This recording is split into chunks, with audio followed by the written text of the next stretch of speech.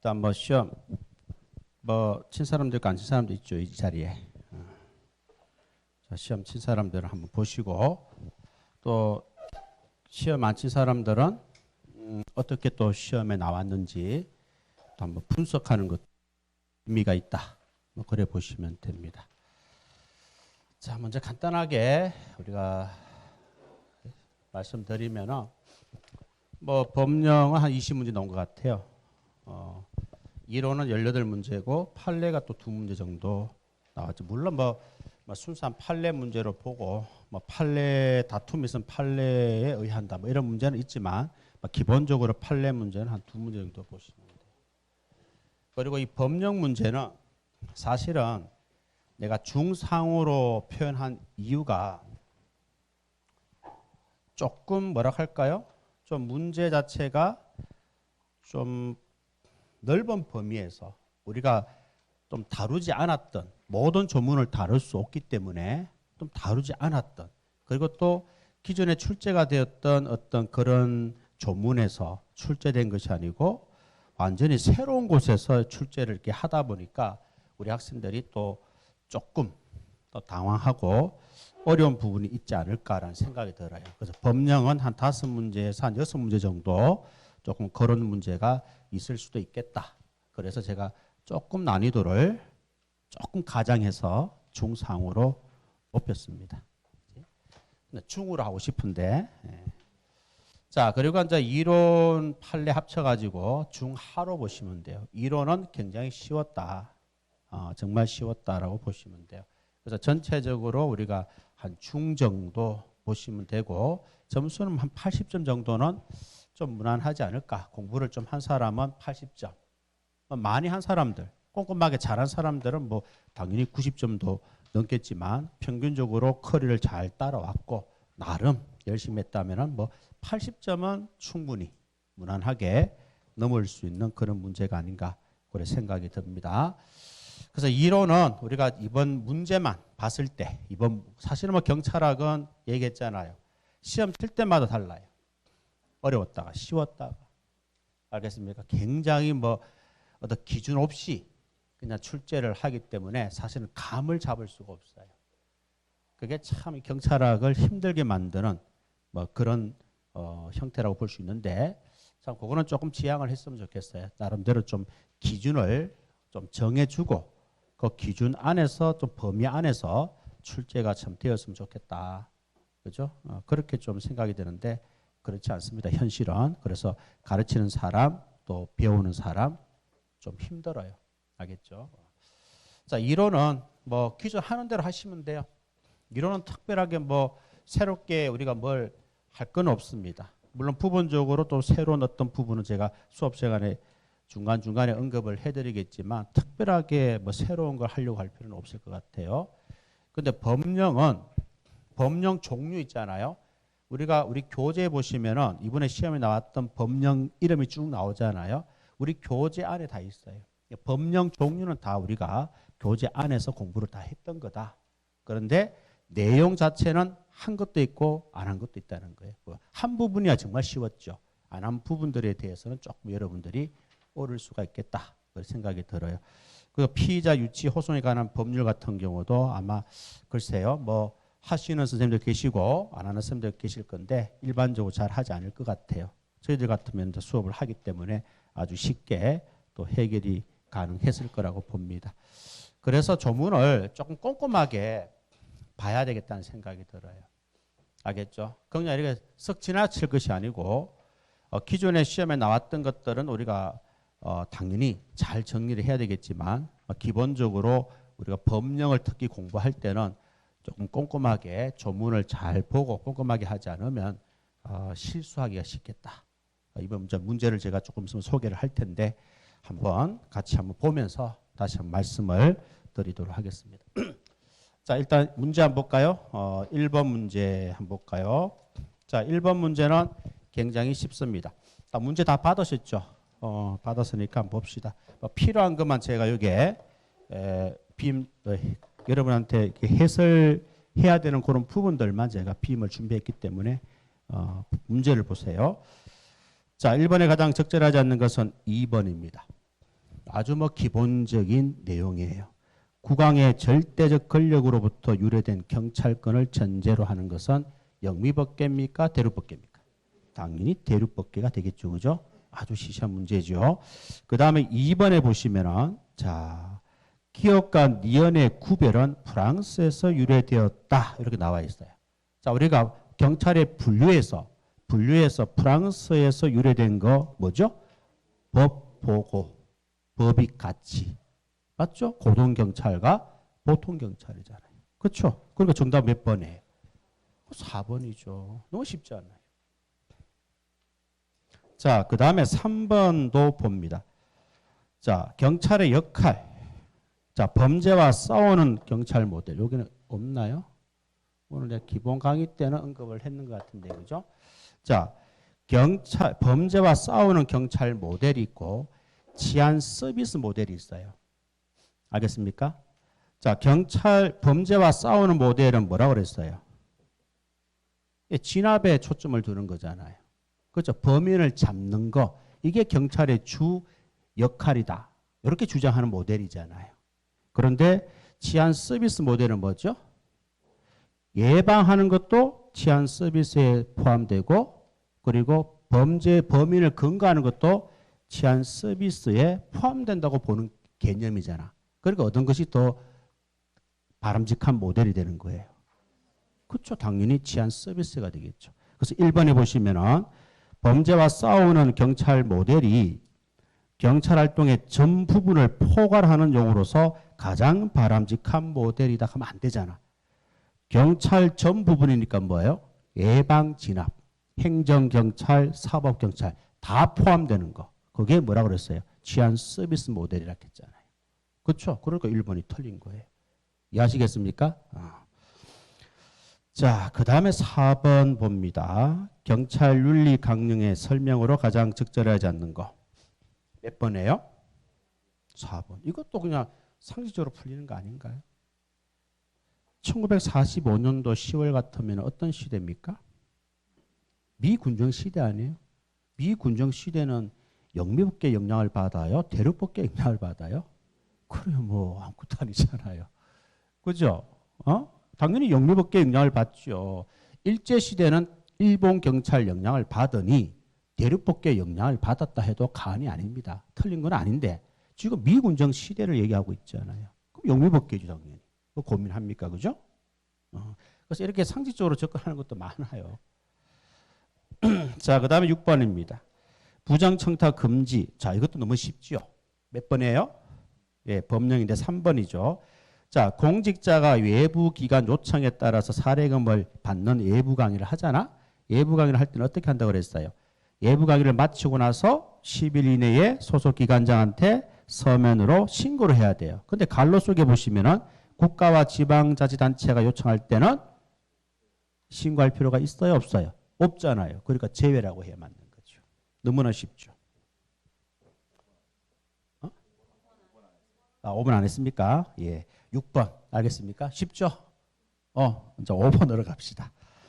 자, 5번도 오늘 또 기본 강의 때 했던 거네요. 그죠? 자, 내부 고발, 윤리적 정당화 요건으로 가장 거리가 먼 것은 3번이잖아요. 그렇죠? 자, 3번에 보시면 적절한 도덕적 동기에 의해 내부 고발이 이루어져야 하며, 맞죠? 개인의 출세를 위해서, 보복을 위해서 내부 고발하는 것은 정당화될 수 없다라고 얘기했잖아요. 그리고 내부 고발을 할 때는 어떤 정도 성공 가능성이 있어야 한다? 맞죠? 있어야 하잖아요. 그런데 제일 끝에 뭐라고 되어 있어? 성공 가능성은 불문한다. 아니죠. 어떤 정도 성공 가능성이 있어야 하는 거예요. 알겠습니까? 자, 3번이 정답이죠. 자, 6번은 3번이고요. 자, 아직까지는 뭐 아무것도 아닙니다. 7번도 아무것도 아니죠. 이해충돌방지법에서 뭐라고 그랬어요? 이해충돌방지법에서 우리가 3번에 보시면은 고위공직자가 나오잖아요. 그죠? 고위공직자 하면은 계급이 치안감 이상이죠. 맞죠? 치안감 이상이고 그 다음에 전국에 있는 시도경찰청장을 의미합니다. 맞습니까? 맞잖아요. 여기서 고위공직자라 하는 것은 법에 치안감, 계급으로는 치안감 이상이고 그 다음에 전국에 18명 시도경찰청장이에요. 시도경찰청장이라면 고위공직자가 되는 거예요. 그런데 지금 여기 예시를 보면 뭐라고 되어 있어요? 경무관인 세종특별자치시 경찰청장 했죠. 그럼 세종경찰청장 경무관이다 이 말이에요. 그러면 고위공직자에 포함이 됩니까 안 됩니까? 돼야죠. 계급은 경무관이지만 뭐예요? 예, 시도경찰청에 속하기 때문에 청장에 속하기 때문에 당연히 포함되어야 합니다. 해당되지 않는다 해서 이거 틀린 거 아니에요. 맞죠? 이런 거는 또 어디서 나와요? 공직자윤리법에도 나와요. 그죠? 재산 공개할 때 재산 공개는 누가 합니까? 그 취향감 이상이잖아. 그리고 또 전국에는 18명 시도경찰청장에 대해서는 재산을 공개를 해야 되는 똑같은 내용이에요. 아시겠어요? 기억하세요. 이것도 아무것도 아니에요. 8번 문제 봅니다. 가장 적절하지 않는 것은 몇 번이에요?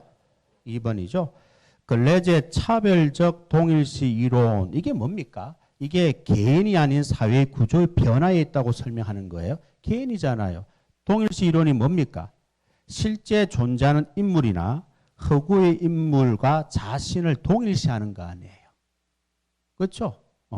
동일시함으로써 이들의 가치를 중요하게 생각하는 그들과 닮아가고자 하는 그런 또 그들의 흉내를 내는 말과 행동을 따라하는 그죠? 그런 일이 생기잖아요.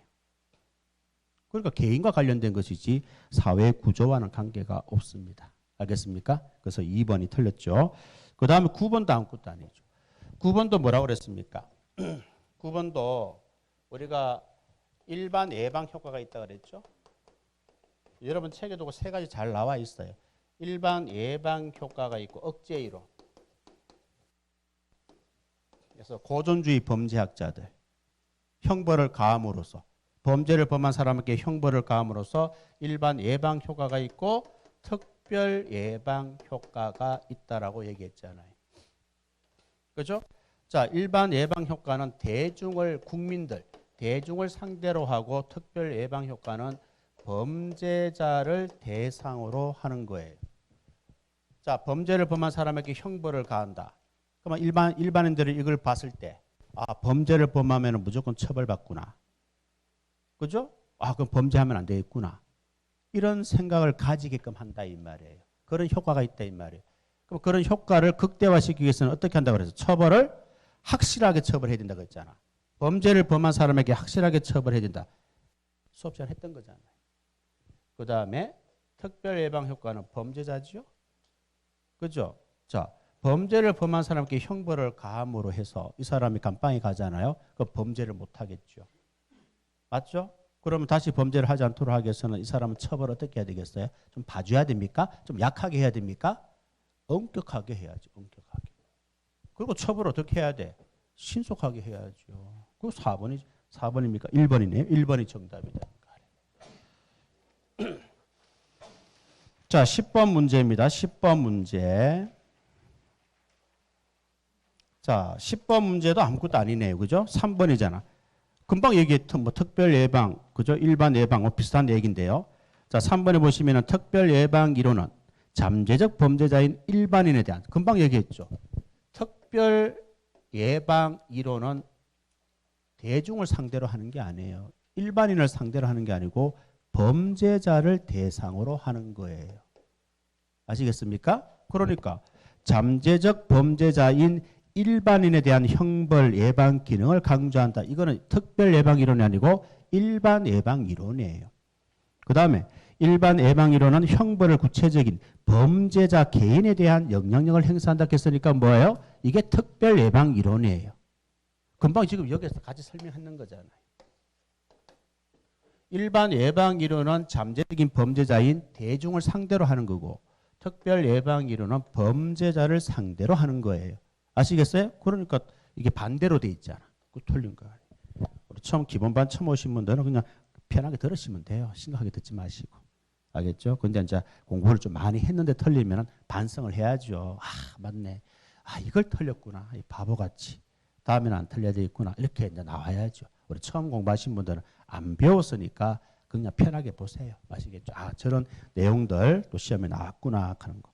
그 다음에 11번이 오늘 기본 강의 때도 잠깐 얘기를 했는데 참 아쉬운 문제입니다.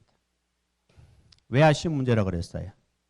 작년도에 그 우리 동년 모의고사 14회 때 이 문제를 출제를 했는데 이번에 우리 동년 모의고사 따로 친 친구들이 문제를 좀 이렇게 좀 문제를 출제를 어렵게 좀 냈더니 1회, 2회, 3회, 4회 때 좀 도망가는 친구들이 막 눈에 보여요.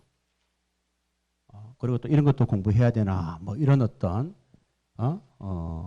말을 하는 친구도 있었어요.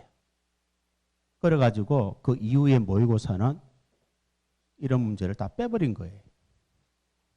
자체가. 그래서 내가 이번 시험을 딱 이 문제를 보고 내가 너무 학생들 눈치 봤나? 그냥 내 신념으로 가르쳐야 되는데 너무 학생들 눈치를 봤나? 이런 생각이 갑자기 팍 드는 거예요. 그냥 고집대로 했으면 되는데.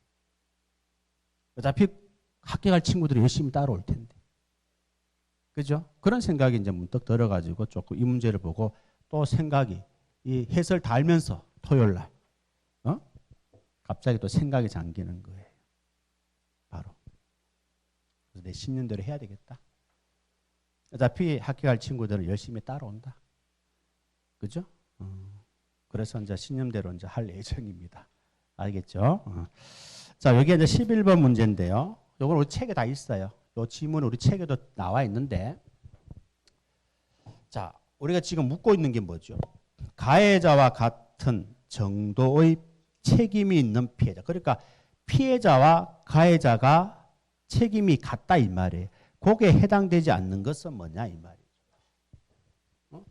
자, 가해자와 같은 정도의 책임 있는 피해자가 이런 사람입니다. 알겠죠? 이런 사람들은 가해자와 피해자가 책임이 똑같다 이 말이에요. 그런데 지금 2번에 보면은 뭐가 있어요? 2번에 보면은 부모에게 살해된 페루나예요. 누가 피해자예요? 누가 가해자입니까? 부모가 가해자죠. 페루나는 피해자죠. 여기 봤을 때 그렇잖아요. 부모가 페루나를 죽였으니까. 그런데 누가 더 책임이 커요? 페루나가 책임이 더 크잖아요. 그렇죠? 그러니까 이거는 가해자보다 더 책임이 있는 피해자예요. 부모가 가해자고 페루나가 피해자지만 이 피해자가 가해자보다 책임이 더 크다 이 말이에요. 그러니까 해당되지 않는 것은 2번이다 이 말이에요. 이해하시겠어요? 자, 이것도 다음에 또 수업을 또 해드릴 겁니다. 범죄학에서. 알겠죠? 이번에 범죄학이 4문제 나왔어요. 이때가 범죄가 딱 2문제 정도밖에 안 나오는데 일반적으로 참 많이 나왔습니다. 의외로 그죠? 자, 그래서 2번이 정답이다 이 말입니다. 이거 조금 아쉬워요. 이 문제는 볼 때마다. 그 다음에 12번 한번 볼까요? 12번은 너무 쉽죠. 그죠? 좀 공부를 많이 하는 거죠. 지역 조직은 4번에 보시면은 지역 조직은 거주자들에게 지역에 관한 정보를 제공받아 경찰과 협동하여 범죄를 억제하는 기능 뭐죠? 이웃지향적 경찰 활동이다 이 말입니다. 뭐 이런 책에도 그대로 나와 있잖아요. 그지? 수업도 그대로 하고. 그 다음 이제 13번에 보면은 이제 미군정 시대. 오늘 우리가 공부를 했던 건데 틀린 것은 2번입니다. 너무 쉽죠? 자, 헌병 시대 만드는 법이 보안법이죠. 이게 제일 먼저 만드는 법이죠. 이거 언제 폐지합니까? 미군정 시대 가서 폐지가 되는데 48년도지요. 그리고 정치에 이 세 가지는 보통 경찰 시대에 만드는 법인데 미군정 시대 가서 45년도에 폐지가 되는 거예요. 그러니까 45년도와 48년도가 어떻게 되죠? 반대로 돼 있잖아요. 그거 틀린 거예요. 아무것도 아니죠. 자, 14번. 자, 외사경찰 문제도 한 문제 나왔습니다. 가장 적절하지 않은 것은 몇 번이죠? 3번이잖아요. 그죠? 자, 3원 체제를 보시면은 지방경찰청장과 지방경찰위원회 내무부 장관 세 개가 3원 체제인데 이게 4원 체제로 그죠? 변화하면서 4원 체제로 어떻게 변화했습니까? 지방경찰위원회가 어떻게 바뀌었어요? 지역 치안 위원장, 지역 치안 평의회 이렇게 바뀌었고 그리고 지방경찰청장은 그대로고 내무부 장관 그대로예요. 지역을 굉장히 강조하고 있죠. 그러면은 결과적으로 제일 끝에 보면은 자치경찰 성격이 약화된 거예요? 강화된 거예요? 더 강화되었다고 여러분들이 볼 수가 있잖아요. 맞죠? 이것도 뭐 어떻게 보면 상식적으로 여러분 해결이 가능한 거예요. 조금만 생각해 보면. 별거 아니다 이 말이죠. 쉽게 말해서. 자, 그 다음에 15번입니다. 이것도 너무 쉽죠? 법치 행정 원칙 얘기했잖아요. 자, 2번에 보시면 법률 유보 원칙은 법률에 의한 규율을 뜻하므로 이임 입법에 의해 기본권 제한을 할 수 없다? 있어요? 없어요? 아니, 있죠. 그렇죠? 이것도 우리 법률에서 대통령한테 이임을 하잖아요. 그럼 대통령령이 뭡니까? 이임 입법이잖아요. 그렇죠? 대통령령으로 우리 국민의 권리를 제한하거나 의무를 부과할 수 있다 없다? 있다고 그랬잖아요. 행정 규칙으로는 안 되지만 법규 명령으로는 가능하다고 수업 시간에 이야기를 했잖아요. 그래서 2번이 틀린 거죠. 자, 16번입니다. 자, 16번은 제2요구권인데요. 자, 이것도 수업 시간에 말씀을 드렸죠. 자, 4번에 보시면은 자, 보세요.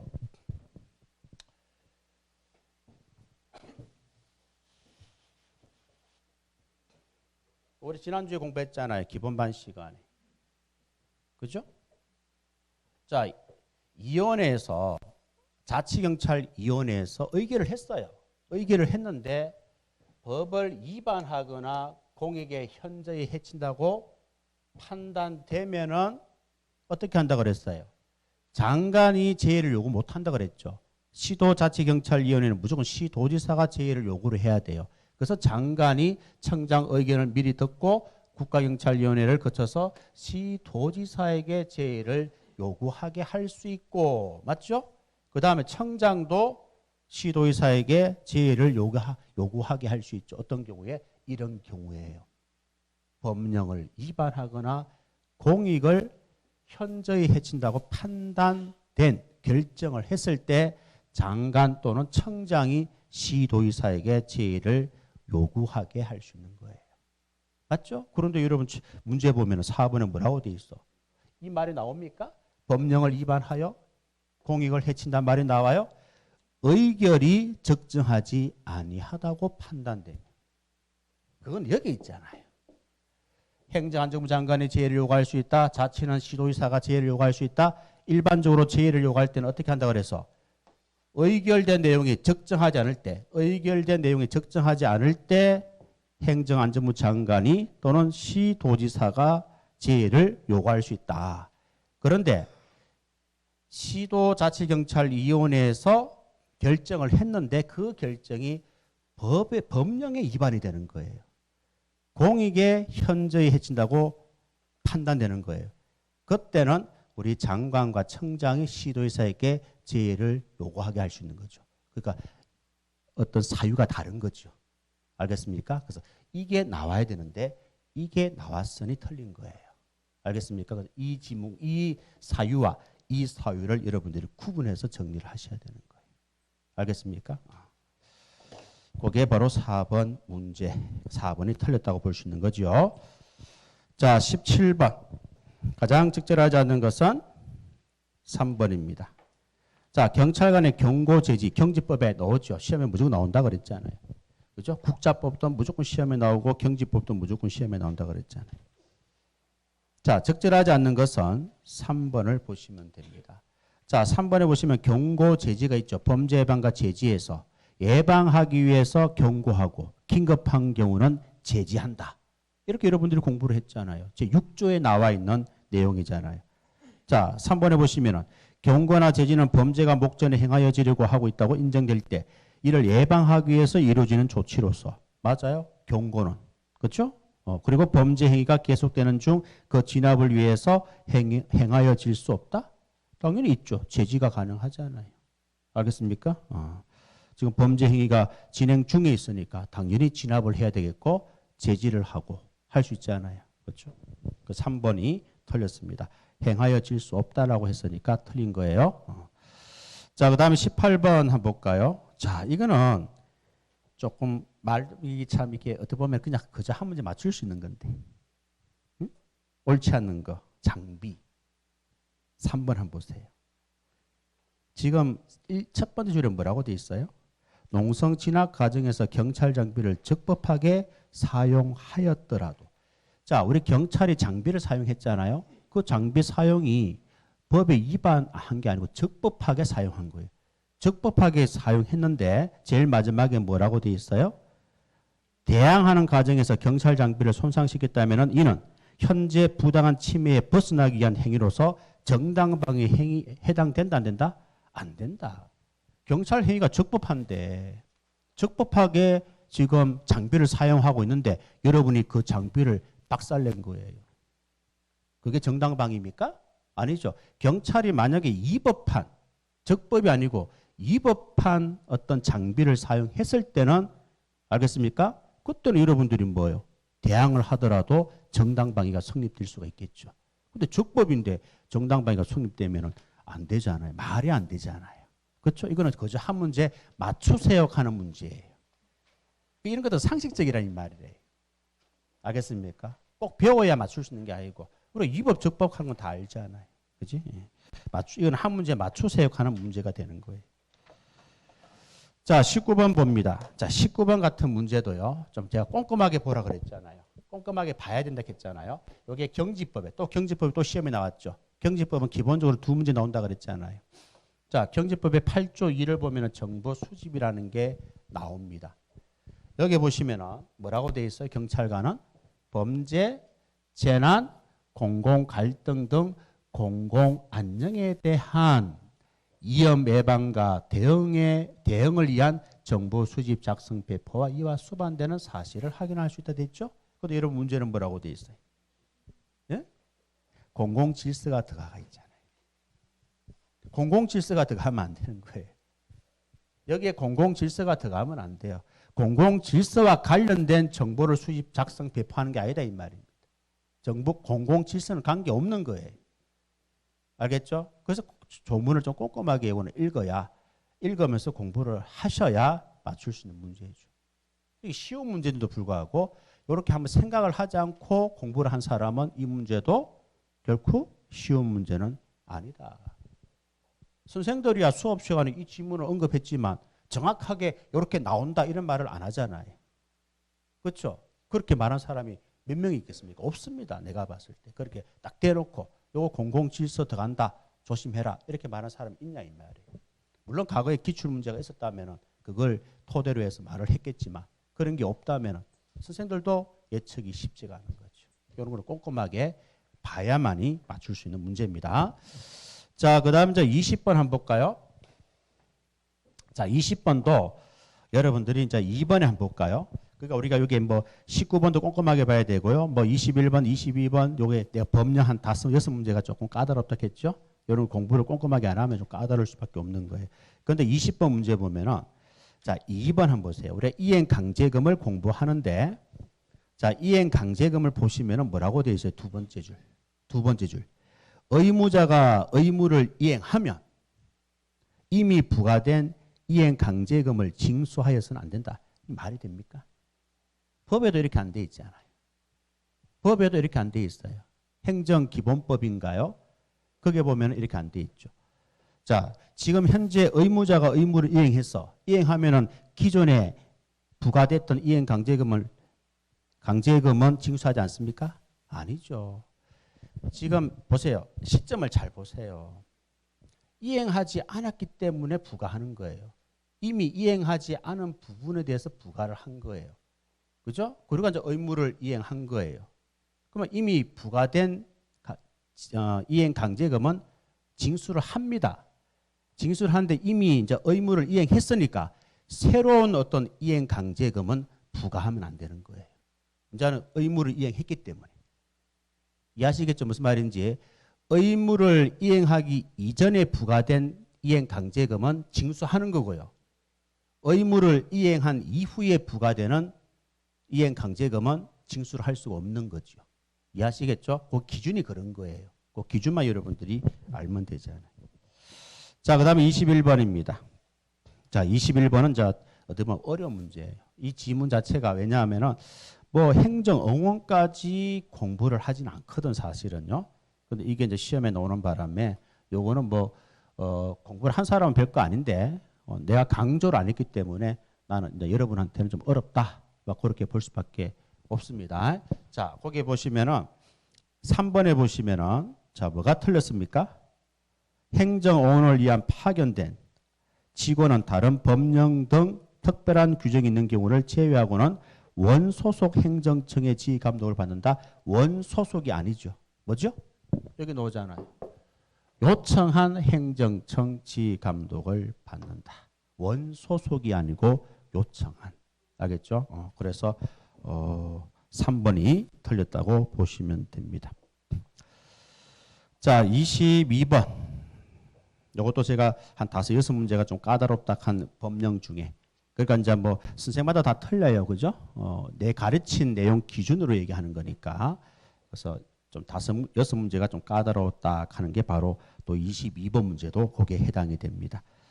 자, 가장 적절하지 않는 것은 4번을 보세요. 자, 개인정보 처리자는 통계 작성, 과학적인 연구, 그리고 공익적인 기록 보존 등을 위해서 가명 정보를 처리하는 경우는 정보 주체에게 이를 알리고 동의를 받아야 한다? 아니죠. 이런 경우는 주체 동의 없이도 처리할 수 있다 없다? 있다 이 말입니다.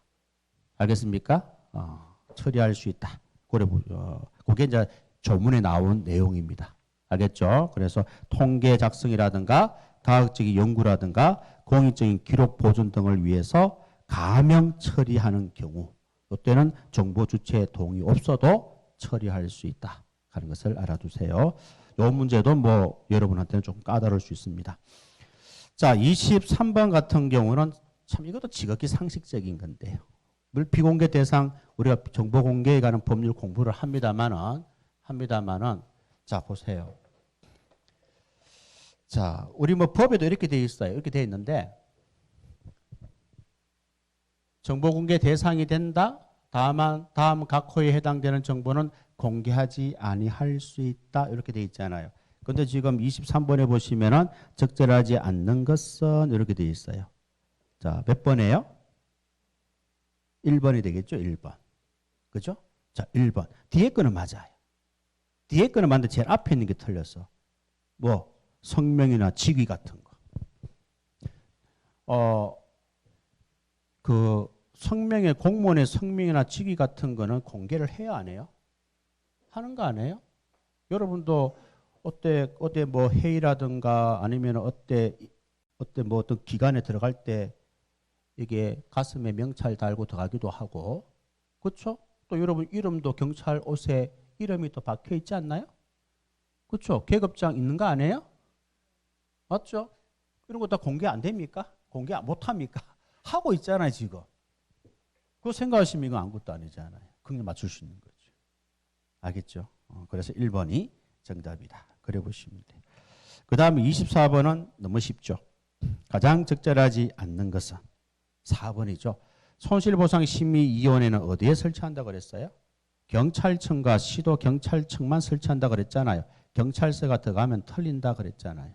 그렇죠? 그래서 4번이 틀린 거예요. 아무것도 아니죠. 자, 그 다음에 25번도 여러분들이 그냥 풀 수가 있어요. 1번이 정답이에요.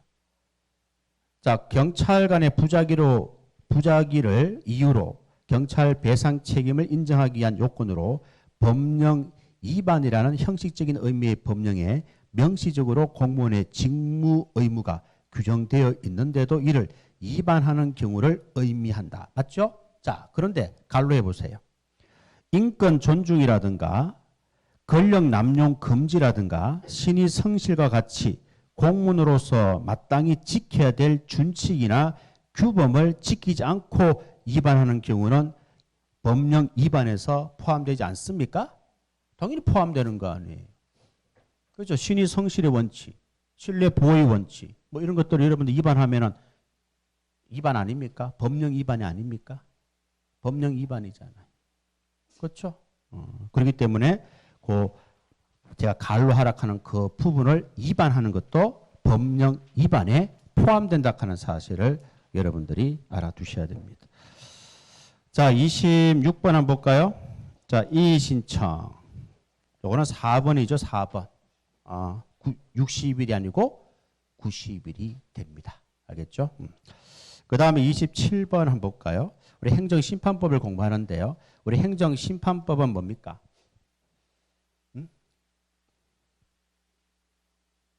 우리 여러분 교재 보시면 행정심판법은 두 가지가 있잖아. 일반 행정심판법이 심판위원회가 있고 그 다음에 중앙행정심판위원회가 있죠. 자, 그런데 이번에 보면 우리 경찰청에도 행정심판위원회가 있습니까? 있다고 말한 적 있습니까? 그런 말한 적도 없어요. 우리 경찰과 관련된 내용은 모두 중앙행정심판위원회에 심판 청구를 하셔야 되는 거예요. 경찰청에는 행정심판위원회 자체가 없습니다. 알겠습니까? 여러분 표를 보시면 그게 설치 기관들이 따로 나와 있어요. 아시겠죠? 그 부분을 여러분들이 보시면 됩니다. 알겠습니까? 자, 그 다음 28번부터 끝까지는요. 진짜 그저 문제예요. 그냥 맞추는 문제예요. 아주 쉽게 여러분 해결이 가능합니다. 요 중간에 한 5, 6문제 법령에서 여러분들이 이제 공부를 꼼꼼하게 한 사람과 안 한 사람의 차이죠. 또 선생님들이 강조를 시킨 거와 시키지 않는 그 정도 차이죠. 그 5문제, 6문제 정도가 여러분한테는 조금 힘들 수는 있어요. 상대적으로. 나머지는 아무것도 아니에요. 여기서부터는 쭉 넘어가는 겁니다. 자, 28번 보면은 여러분들 이거 수업 시간에 많이 하는 거 아니에요? 무조건 시험에 나온다. 이거 시험에 많이 내야 된다고 내가 항상 강조하는 거죠. 거기에 보시면은 28번에 뭡니까? 적극적인 저항과 관계가 없는 거. 이거죠. 적극적인 저항이잖아요. 저위험 물리력을 말하잖아요. 이게 저위험 물리력이에요. 여기와 관계없는 거 찾아라 했잖아요. 몇 번이에요? 3번은 여기에 관련해서 손바닥, 주먹, 발. 이거는 폭력적 공격이잖아. 이런 물리력을 중위험 물리력이라고 한다.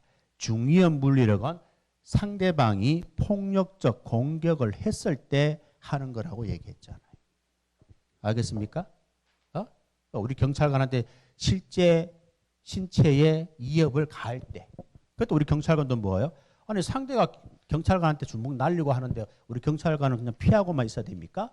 우리 경찰관도 주먹으로 날릴 수도 있는 거 아니에요? 발로 찰 수도 있는 거 아니에요? 그죠?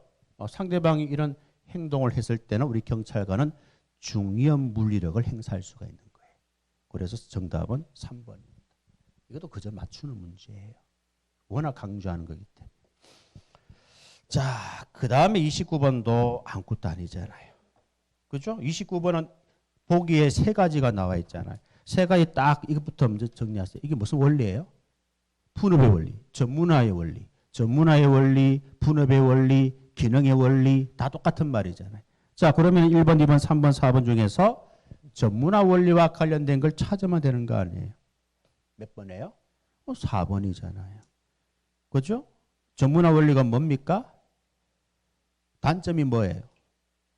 예, 한 사람한테 똑같은 업무를 부담하니까 그 사람은 그 업무만 계속 하는 거예요. 반복하잖아요. 반복하다 보면은 작업의 흥미를 잃을 수가 있잖아요. 마치 내가 기계처럼. 맞죠? 자동차 조립 회사에 가면은, 현대차에 가면은 타이어 끼우는 사람은 타이어만 끼우잖아요. 하루 종일 타이어만 끼워요. 마치 내가 타이어 끼는 기계처럼. 똑같은 업무를 반복하니까 재미도 없고. 그죠? 그게 바로 전문화 원리 단점이 되겠죠. 4번이 됩니다. 그것도 아무것도 아니고요. 30번 문제도 정말 쉽죠. 이거는 여러분들 1번 지문 있잖아요. 국가재정법을 공부하면서 예산 편성해서 요 지문에서 내가 3줄을 꺼드립니다. 3개 체크하세요. 날짜 조심하시고 오해견도 그리고 누가 정하는? 기획재정부 장관이 정하는. 요거 대신에 밑에 여러분들 뭐라고 적었어요? 행안부 장관이 정하는 X라고 하라 그랬잖아. 지금은 경찰청장이 정하는. 다른 사람이 나왔으니까 틀린 거죠. 기획재정부 장관이 정하는 이렇게 나와야 돼. 딱 3군데를 내가 체크해드리잖아. 그 3개 중에 한 군데가 이번 또 시험 정답으로 나오는 겁니다. 이것도 그저 한 문제예요. 수업 시간에 많이 강조한 거는 이러면 틀리면 안 돼요. 수업 시간에 잘하는 강조하는 것만 맞춰도 돼요. 그래서 80 다 넘어가요. 알겠습니까? 우리가 만점 먹으려고 공부하는 건 아니에요. 합격하기 위해서 공부하는 거죠. 합격만 하면 되는 거예요. 그렇죠? 뭐 올백 먹고 합격하나, 겨우 합격하나, 똑같이 중앙경찰로 갑니다. 아무 상관없어요. 표창장 주는 것도 아닙니다. 중앙경찰학교에 가서 1등 하세요. 그래야 표창장을 받을 거 아니야. 그리고 또 여러분 원하는 곳에 발령을 받을 거 아니에요. 학교 가서 열심히 해야 되는 거예요. 지금은 합격만 하면 됩니다. 만점 먹으려고 할 필요는 없어요. 몇 문제 틀리는 거 괜찮습니다. 아무 상관없어요. 알겠죠? 그래서 수업 시간에 강조하는 것만 잘 정리해라. 자, 31번도 정말 쉽잖아요. 그죠? 31번도 이거 아닙니까? 최근에 개정되었다 하면서 강조했던 거 아니겠어요? 이거 두 문자 공부하러 갔잖아. 그죠? 고정부라는 적이다. 앞에 그 빼더라도. 옛날 거 두 문자만 알고 있어도 한 문제 맞추는 거 아니에요? 정신건강이 나와 있잖아요. 그렇죠? 그래서 옳은 것은 개서니까 기억은 맞죠? 니언도 맞고요. 디귿도 맞고요. 자, 니엘은 뭐가 틀렸죠? 그렇죠. 이게 정신건강상 문제가 우려되어 치료가 필요한 사람은 해소할 수 있는 사람이고 요 위에 있는 두 가지만 해소하여야 한다 이 말이에요. 요게 해당되는 사람은 무조건 해소를 해야 되고 요게 해당되는 사람은 해소할 수도 있고 안 할 수도 있고 요게 해당되는 사람은 보관 무조건 해야 되는 거예요. 그렇죠? 그래서 니얼만 틀렸다. 해소하여야 한다가 아니고 할 수 있다. 자, 32번도 그저 아닙니까? 이거 두 문자 외우라고 그랬잖아요. 치아나무는 종합적인 무기정보의 비밀이다 하면 그죠? 1번이 틀렸구나 하면 답이 툭 나오잖아요. 그죠? 이런 거. 틀릴 만한 문제는 틀려도 괜찮습니다. 그런데 이런 문제는 틀리면 재미없어요. 점수가 안 나와요. 그래서 맞춰야 되는 문제만 맞춰도 80은 되는 넘어가는데 그지? 맞춰야 되는 문제 틀리고 틀리는 어려운 문제는 틀리고 그럼 점수 안 나오잖아요. 당연히. 이런 문제는 틀리면 안 됩니다. 그 다음에 33번도 얼마나 쉽습니까? 맞죠? 이거 여러분들이 어떻게 기억하고 있어요? 로버트 마크와 결혼해서 에릭슨이라는 엘리트를 낳고 돈과 공생하다. 그럼 세 명의 학자는 그냥 그저 연결이 된다고 그랬잖아요. 자, 기억해 보시면 공생관계 있죠? 크레돈이잖아요. 돈과 공생하다. 두 번째 끝에 보면 엘리트가 나오죠? 엘리트니까 애가 뭐예요? 에릭슨입니다. 에릭슨 찾으면 되잖아요. 그 다음에 제일 끝에 결혼 생활이죠. 누구와 결혼한다고 그랬어? 로버트 마크와 결혼한다고 그랬잖아요. 그렇죠? 그리고 정답은 4번이잖아요. 근데 재밌게 문제를 맞출 수가 있잖아요. 이런 문제는. 그 다음에 34번도 마찬가지입니다. 이것도 여러분 계급제와 직위분리제를 공부할 때 어떻게 했습니까? 제가 이거는 칠판에 분필로 적어드리는 거잖아. 계급제에는 동일 계급에 대한 동일 보수다. 직위분리제는 동일 직무에 대한 동일 보수다. 이거는 칠판에 적어드리는 거예요. 알겠습니까? 그런데 4번에 보시면 뭐라고 되어 있어? 계급제가 동일 직무에 대한 동일 보수입니까? 직위분류제가 되잖아요. 자, 36번도 피의자 유치 호송의 규칙. 진짜 이번 그 커리부터 빼려고 했었는데 빼려고 하니까 또 이게 출제가 되네요. 이때까지 계속 수업을 해왔습니다. 그리고 당연히 수업 시간에 언급했던 내용이고요. 아주 쉽게 여러분들이 맞출 수 있습니다. 요거 여러분들이 강의할 때 밑에 보면 뭐가 있어? 신체검사 종류가 나와 있잖아. 신체검사 바로 위에 나와 있는 내용일 거예요. 맞죠? 그죠? 그래서 2번이 틀렸죠? 동시에 몇 명? 3명이잖아. 3명. 3명 피의자 입감시킬 때는 경위 이상. 요거 강조할 때는 2명 대신에 3명 아니다. 경위 이상 대신에 경감 이상 하면 틀린다. 그렇게 여러분 책에 표시가 되어 있잖아요. 알겠습니까? 이거 강의하는 선생님 거의 없어요. 알겠습니까? 수업 시간 하면 되잖아. 그렇게. 그 다음에 36번도 여러분 아무것도 아니지 않습니까? 응? 자, 이거 여러분들이 암기하시잖아. 미수범 처벌하는 거. 그죠? 두 문자가 뭐예요? 재수 씨는 영업으로 요강을 매매했다. 이거 아닙니까? 여기에 영업으로 하는 말이 들어가면은 미수범을 처벌한다고 그랬잖아요. 미수범 처벌하는 건 이것밖에 없어요. 아청법에서. 맞죠? 그러니까 정답은 몇 번? 네. 옳은 것은 개서니까 디귿만 틀렸네요. 맞죠? 기억은 미수범을 처벌하잖아. 기억이 뭐예요? 요거잖아요. 요게 기억이에요.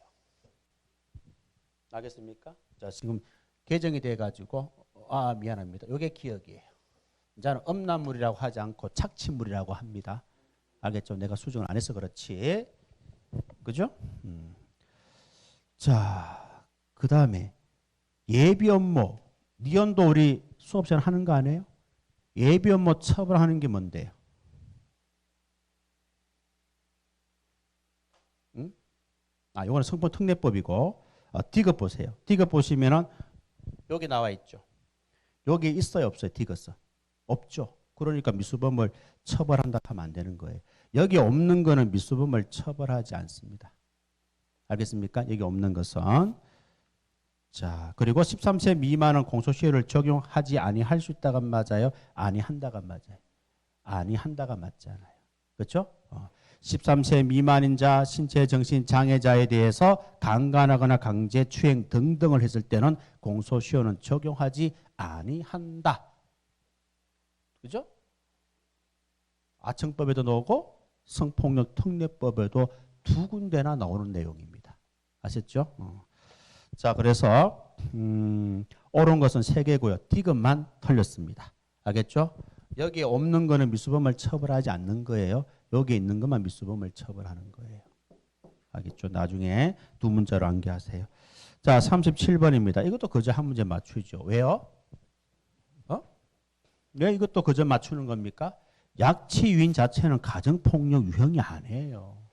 우리 가정폭력 유형에 속하지 않는가 한번 말해보세요. 약치 유인, 강도, 절도, 사기, 횡령, 배임, 그 다음에 아동구걸, 그 다음에 업무방해, 공무집행방해, 살인, 상해치사, 중송계제. 이거 여러분한테 암기하라고 내가 수업 시간에 수업할 때마다 요 정도만 암기해라. 가정폭력 범죄 유형에 속하는 것도 많고 속하지 않는 것도 굉장히 많다.